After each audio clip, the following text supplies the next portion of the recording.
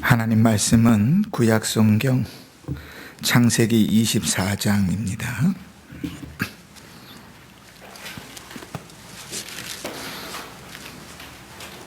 61절로 67절 말씀입니다. 다 찾으신 줄 알고 제가 봉독합니다. 눈으로 따라 읽으시면서 하늘의 음성을 들으시길 바랍니다. 61절입니다. 리브가가 일어나 여자 종들과 함께 낙타를 타고 그 사람을 따라가니 그 종이 리브가를 데리고 가니라. 그때에 이삭이 부엘라 헤로이에서 왔으니 그가 네게부 지역에 거주하였음이라. 이삭이 저물 때에 들에 나가 묵상하다가 눈을 들어 보매 낙타들이 오는지라. 리브가가 눈을 들어 이삭을 바라보고 낙타에서 내려 종에게 말하되 들에서 배회하다가 우리에게로 마주오는 자가 누구냐? 종이 이르되 이는 내 주인이니이다. 리브가가 너울을 가지고 자기의 얼굴을 가리더라. 종이 그 행한 일을 다 이삭에게 아뢰매 이삭이 리브가를 인도하여 그의 어머니 사라의 장막으로 들이고 그를 맞이하여 아내로 삼고 사랑하였으니 이삭이 그의 어머니를 장례한 후에 위로를 얻었더라. 아멘. 한 주간도 평안하셨지요? 네. 우리가 지난 3주 동안 창세기 24장을 계속 살펴보고 오늘이 마지막 4주째입니다. 창세기가 총 50장으로 되어져 있는데요. 50장 각 장 중에 가장 긴 장이 오늘 우리가 읽은 창세기 24장입니다. 그러면 가장 긴 장에 할애된 주제가 뭔가?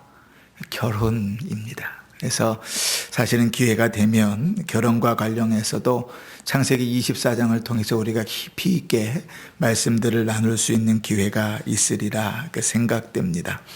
그러나 우리는 이 24장을 좀 살펴보면서 결혼과 관계에서, 가정과 관계에서 말씀을 생각하지 않고 하나님의 섭리와 또 하나님의 인도하심을 믿는 성도, 그리고 그러한 자가 어떠한 삶으로 살아가야 하는지 우리의 삶을 돌아보는 기회로 삼았습니다. 오늘 그 마지막 시간인데요. 오늘도 역시 하나님의 섭리를 고백하며 하나님의 인도하심을 믿으며 살아가는 사람이 어떠한 삶 속에 삶의 모습으로 사는지, 어떠한 은혜가 있는지 이것들을 살펴보면서 하늘의 은혜를 누릴 수 있기를 바랍니다. 이제 엘리에셀이 가서 청혼을 하고 그 청혼이 승낙받은 이후에 그 다음날 아브라함의 종 엘리에셀은 이제 리브가를 데리고 집으로 돌아가기를 허락받습니다. 그런데 그 리브가의 집안에서는 대단히 갑작스러운 일이지요. 전혀 생각하지 못했다가 아침에 일어날 때도 이 딸이 결혼할 줄 생각하지 못했는데 저녁에 결혼 승낙을 했어요. 그러면 적어도 며칠 동안은 이제 헤어지면 못 볼 테니 그 석별의 정을 좀 나누고 갔으면 좋겠는데 이 종이 부지런히 일어나서 아침에 이제 리브가와 함께 떠나겠다고 이야기하는 것입니다. 여러분 같으면 어떠시겠어요? 이제 먼 곳에 가서 이제 예를 들어서 어떤 사명을 다 감당했다고 칩시다. 엘리에셀, 여러분이 엘리에셀이라면 이제 결혼에 대한 승낙도 다 받았고 리브가와 함께 돌아만 가면 돼요. 그러면 그 다음날 일어나서 여러분은 뭐 하시겠습니까? 그치? 기회가 이렇게 자주 오는 것도 아닌데 그러면 아마 저 같으면 이랬을 것 같아요. 이 동네에 유명한 데가 어디 있습니까? 관광지가 어디 있습니까? 오늘 한나절이라도 좀 돌아봤으면 좋겠습니다. 이 동네 뭐 유명한 음식이 뭐가 있습니까? 오늘 점심은 거기서 좀 먹으면 좋겠습니다. 혹 그릇법도 하잖아요. 그런데 이 엘리에셀은 그렇게 하지 않았단 말이죠. 아침 일찍 일어나서 리브가와 함께 출발하겠다는 겁니다. 가족들이 다 말렸지요. 아니 며칠만이라도, 아니 열흘만이라도 좀 남아 있어서 우리가 이별할 수 있는 기회를 달라는 거예요. 지금은 결혼하면 신혼여행 갔다 오면 양가 집안 어른들 뵈러 오니까 인사 오니까 금방 만나지만 이 당시에는요 그런 식의 개념은 아니거든요. 이 아브라함이 사는 곳에서부터 이 하란 메소포타미아까지는 한 800km 정도 된다고 했죠. 그냥 가는 데만 꼬박 한 달이 걸립니다. 요즘처럼 우리 몰로 목사님 사모님 미국의 자녀들 있고 손주들 이렇게 인터넷으로 보고 인사하잖아요. 그죠?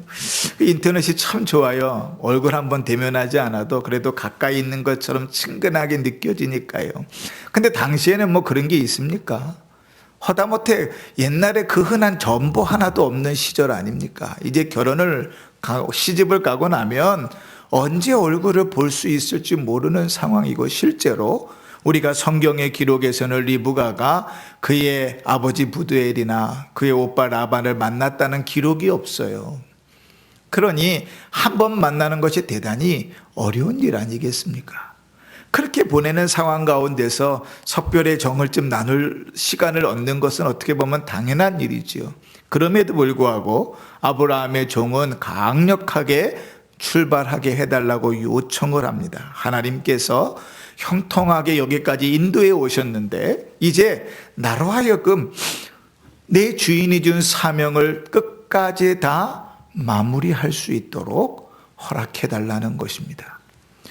자, 이제 그 말이 너무나 타당해서 가족들은 막을 길이 없었어요. 그래서 당사자에게 물어보기로 했습니다. 리브가를 불러가지고 야, 지금 가겠다 그러는데 너 가겠느냐? 라고 묻습니다. 그때 리브가가 뭐라 그랬다 그랬죠? 아멘. 예, 가겠습니다. 왜 그렇게 생각했죠? 그 모든 일을 하나님께서 하셨음을 들었고 그 모든 일 가운데 하나님의 역사하심을 내가 경험했을진데 어찌 하나님의 일하심 앞에서 아니요 라고 할 수 있겠어요. 그지? 리브가는 당연히 아멘이죠. 아멘. 그리고 그 길을 출발해서 가는 것입니다.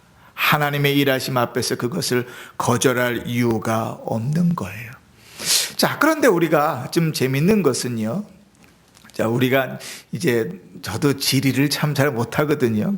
설교할 때마다 지도를 보는데, 자, 이게 이스라엘 백성의 지도가 이렇게 되어 있습니다. 지금 갈대아 우르는 어디 있냐면 저쪽 한 시계로 따지면 1시 방향 저 북쪽 끝에 있습니다.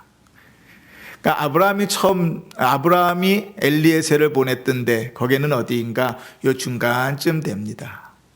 그리고 지금 이 엘리에셀이 리브가를 데리고 간 곳은 이 중간 헤브론이 아니고 거기보다 훨씬 더 남쪽으로 내려가 네게부 지역에 있는 어떠한 한 곳입니다. 저는 그것을 브엘세바가 아닐까 이렇게 생각해요.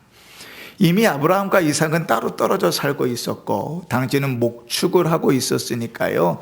아마도 이삭은 그 목축하는 것을 따라서 남쪽으로 내려와서 양떼들을 먹이지 않았을까 싶습니다. 흉년이 들면 당연히 남쪽으로 피해서 내려왔었죠. 그쪽이 물이 많으니까요.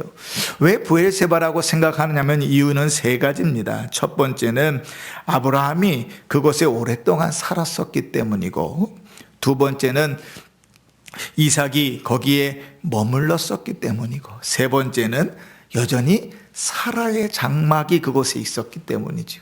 사라가 죽은 지 3년이 됐는데 여전히 사라의 장막이 있었다는 것은 아브라함이 꾸려놨던 그 마을이 그대로 있었다는 것을 의미하는 것이라 생각하는 거지요. 그러니 이삭이 그곳에 머물러 있었고, 이 엘리에셀은 리브가를 데리고 헤브론으로 가서 아브라함을 만나서 보고하지 않고 바로 이 브엘세바로 내려옵니다. 결혼에 있어서 여기서 되게 중요한 의미가 한 가지 있는데요. 아브라함은 철저하게 내 며느리를 데려오라고 이야기하신 적이 한 번도 없습니다. 엘리에셀에게 서원하게 하는 중요한 맹세를 하게 하면서도 내 며느리를 데려오라고 해본 적이 없어요. 집안에 핏줄 섞인 여자가 없는데, 그런데 자기 아내가 죽고 3년이 지났으니 내 며느리감 하나 구해와라 그럴 수 있잖아요. 그런데 그렇게 말하지 않았어요. 내 아들 이삭의 아내를 구해오라 그랬어요. 그리고 리브가를 구한 다음에 아브라함에게 가서 보고해야 되잖아요. 주인님, 이렇게 당신의 며느리, 당신 아들의 아내를 구해왔습니다. 그렇게 말하지 않고 아브라함을 거치지 않고 바로 부엘사바로 가서 이삭에게 그 리브가를 소개합니다. 여기에 결혼에 아주 중요한 원리가 있죠. 결혼은 남자가 여자를 만나는 것입니다. 여자가 남자를 만나는 것입니다. 내가 사위를 드리고 내가 며느리를 드리는 것이 아닙니다. 내 아내의, 내 자식의 아내, 내 자식의 남편이라는 것을 인정하지 못하면 우리는 여전히 유교적으로 흘러나오는 상황 가운데서 시어머니 노릇, 시아버지 노릇, 어른 노릇을 하려고 드는데 그 속에서 수많은 가정들이 깨어져 나갑니다. 중요한 것은 하나님은 가정을 한 남자와 한 여자로 만드셨다는 거죠. 나중에 가정에 대한 내용들을 할 때 다시 24장에서 더 살펴보기로 하고요. 그렇게 엘리에셀이 부엘세바로 내려왔습니다. 그런데 재밌는 부분이 있습니다. 부엘세바로 내려왔는데 그 부엘세바로 이제 아마 이 이삭도 목초지로 내려갔다가 다시 그 숙소로 돌아왔던 길인 것 같아요. 62절을 한번 보실까요? 62절 같이 크게 읽어보십시다. 시작.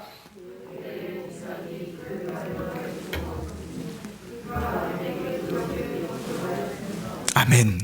성경은 의미 없이 기록한 한 단어도 없지요. 한 단어를 쓸 때에도 성경은 분명한 이유를 담고 있습니다. 자, 이 이삭이 어디서 왔다고요? 부엘라 헤로이에서 왔다, 그렇게 표현합니다. 그러니까 남쪽 네게부 지역에서 목축을 하다가 이제 부엘세바로 올라왔는데 그때에 엘리에셀이 리브가를 데리고 내려왔던 거예요. 장면적으로 머리 이해가 되시죠? 자, 그런데 하나님께서 이렇게 표현했다는 겁니다. 그때에 이삭이 부엘라 헤로이에서 왔다, 이렇게 표현합니다. 남방에서 왔다 이래도 되잖아요. 그냥 네게부 지역에서 올라왔다 그렇게 말해도 되는데 굳이 하나님께서 꼭 이삭이 부엘라 헤로이에서 왔다 이렇게 표현합니다. 왜냐하면 이삭의 마음 상태를 하나님께서 표현해 주시는 거예요. 그러면 여러분, 부엘라 헤로이는 어딘가요? 남쪽이지요. 남쪽입니다. 옛날에 아브라함과 사라가 살던 곳인데 이제 하갈이 아브라함의 첩으로 들어가서 이스마엘을 잉태하잖아요. 그러니까 어떻게 하죠? 사라가 하갈을 학대했다고요. 그 학대를 못 견뎌서 도망갔잖아요. 이 하갈이 도망가다가 지쳐갖고 샘물 곁에서 있는데 하나님께서 나타나셔서 그를 위로하시고 돌아가라 그러시지요. 내가 너에게 복을 줄 것이다. 네 뱃속의 자녀에게도 복을 줄 것이다. 그러니는 돌아가라 그러잖아요. 이 하갈이 그곳에서 그 우물가에서 하나님을 만난 다음에 그 우물의 이름을 부엘라 헤로이라 지었습니다. 그러니까 아브라함이 지은 이름이 아니에요. 부엘라 헤로이는 하갈이 지은 이름입니다. 무슨 뜻입니까? 나를 감찰하시는 살아계신 하나님이라, 이런 뜻입니다. 그러니까 하나님께서 이삭이 부엘라 헤로이에서 왔다 하는 것은 이삭의 마음이 어땠는가? 하나님께서 나를 감찰하시고 살아계신 하나님이다 하는 그 믿음 가운데 있었음을 보여주는 것이지요. 그러면 이삭이 나를 감찰하시고 살아계신 하나님이라고 믿었기 때문에 자기 앞에 이루어지는 그 어떠한 일들, 이제 엘리에셀이 자기 신부감을 구하러 간 그 모든 일 가운데서도 감찰하시는 하나님께서 일해 가실 것을 믿고 있었다는 거지요. 자, 그러한 믿음 가운데서 이삭의 신앙의 모습이 이렇게 드러납니다. 자, 오늘 성경 63절을 한번 읽어보십시다. 앞부분만 읽겠습니다. 시작. 이삭이 저물 때에 들에 나가 묵상하다가. 아멘. 이 이삭은요, 하나님께서 나를 감찰하시고 살아계신 하나님이라는 그 믿음이 있었습니다. 하나님께서 내 신부감도 나를 잘 아시기 때문에 그 인도해 오실 것이라는 믿음이 있었어요. 그러면 여러분, 믿음이 있는 자에게 반드시 따라오는 반응이 뭐라고요? 기도입니다. 믿음이 있는데 기도하지 않는 자는 그냥 믿는 척 하는 걸 수 있어요. 하나님의 인도하심을 믿는다면 당연히 믿는 자는 기도하는 것입니다. 자, 이삭이 저물 때에 들에 나가 묵상하였다 이렇게 표현합니다. 그러니까 지금처럼 교회에 예배당에 있으면 예배당에 와서 묵상했겠지만 들에 나가서 묵상하였다 이렇게 표현하는데, 이 묵상했다는 말이 참 특이합니다. 성경에 묵상했단 말이 여러 가지 나오지만 이 묵상했다는 히브리어 말이 수아크라는 말인데요, 구약 성경에 딱 한 번 여기만 쓰이는 말입니다. 그래가지고 여러 사람들이 이 수아크라는 이 단어를 여러 가지로 번역했습니다. 우리말 성경에서도 보면요, 어떤 성경은 바람 쐬러 나갔다 이렇게 번역하기도 하고, 어떤 성경은 산책했다 이렇게 번역하기도 했어요. 우리가 가진 개역 성경에는 뭐라고 번역했죠? 묵상하다 이렇게 번역했습니다. 왜 이렇게 묵상하다고 번역을 했냐면, 구약 성경 히브리어 성경을 신약이 쓰여진 헬라어로 다 번역한 성경이 있거든요. 그것이 70인경인데 이 70인경을 번역할 때 이 수아크라는 단어를 시아크라는 단어와 같은 어원으로 해석했기 때문에 그래요. 그래서 묵상하다, 기도하다 이런 의미로 번역했습니다. 그리고 그 헬라어 성경을 라틴어로 처음 번역할 때 이것도 역시 똑같은 어원으로 생각해서 묵상하다로 번역을 했지요. 그래서 우리말 성경에도 묵상하다 이렇게 번역하고 있는 것입니다. 딱 한 번밖에 나오지 않아서 이해하기가 쉽지 않지만, 그러면 묵상하다는 말은 뭡니까? 조용히 깊이 생각하면서 기도하였다 그런 거죠. 참 어려운 일입니다. 조용히 깊이 눈을 감고 있으면 잠이 오는 것이 더 쉬워요. 대단히 수준 높은 신앙이 아니면 조용히 입을 닫고 기도하다가 잠에 빠져드는 사람이 훨씬 더 많습니다. 눈을 감고 말씀을 듣다